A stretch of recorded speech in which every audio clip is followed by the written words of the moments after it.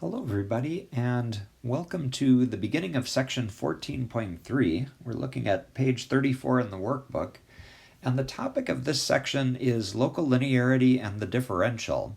Okay, the first thing that we're going to talk about in this section is the tangent plane to a function. Okay, just like in Calculus 1, you can take a curve if it's differentiable and find a tangent line to it. If you're talking about a surface, like the one you see in the picture here, F, you can find a tangent plane to it if it's a smooth surface. Okay, so you can see the picture of the tangent plane right here. Okay, and the idea is, okay, let's label our axes first, x, y, and z. If you pick a point, AB, down here in the xy plane, and you go up to your surface, you can find a plane that kind of rests directly on the top of the surface at that point. That's what we mean when we say the tangent plane. And the first thing that we'd like to do here is to explore how might we find the equation of that tangent plane. Okay, so let's get started reading this description here and see if we can fill in the details. So the equation of the tangent plane to a surface, z equals f of xy, that's just the curved surface that we're seeing to the right, at the point a, b, f of a, which is this point right here, is given by this equation. Okay, my first question to you is, have we seen that equation before? Okay, it looks a little bit different than what we saw before, but it's actually the same formula that we saw back in chapter 12.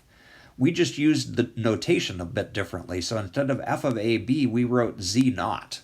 Okay, but that's the same thing. And I think we also used x naught and y naught instead of a and b. We gave the x's and the y values different names. Okay, in that formula that I'm kind of referring back to, what did the m and the n represent? You remember that? Okay, they represented slopes in the x and the y direction. Okay, and the interesting thing about that is that in the very last section, we discovered that the slope in the x and the y direction have names. They're called partial derivatives. So that means that in this formula, m is actually the derivative of our function in the x direction, and n is the derivative in the y direction. Okay, that gives us a way to actually calculate the number m and n if the plane that we're after is a tangent plane. Okay, and just to remind you kind of the geometric interpretation of those two derivatives, both of those can be thought of as slopes. Okay, fx of ab, for example, is the slope of our surface in the x direction, which you could think of as being the slope of this line, which I'm going to call L1. Okay, and then similarly, fy of AB you can think of as the slope in the y direction, okay, which is the slope of the line L2. So when we find the equation of a tangent plane, really the key step is just calculating those two partial derivatives. And we'll see an example of that in a minute here.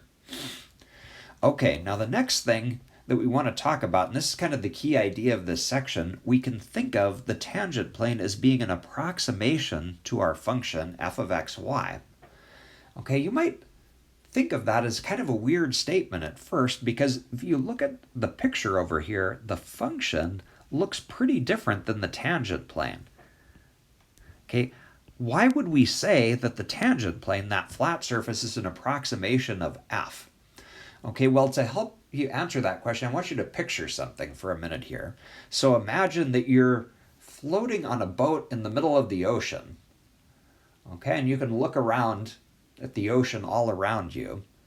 Okay, you are sitting on the ocean on planet Earth, and planet Earth is actually curved, okay, like surface F.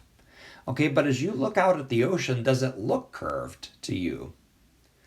It's going to look pretty flat if you're in the middle of the ocean.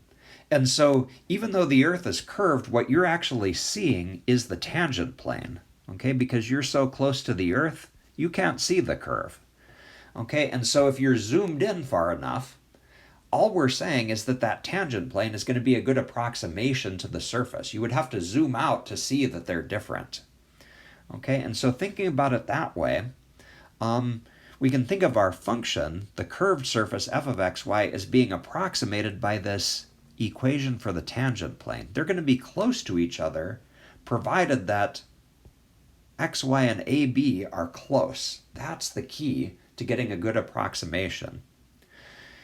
Okay, so those are just some of the preliminary ideas that we're going to be discussing in this section, and in the next video we'll actually do an example of calculating a tangent plane.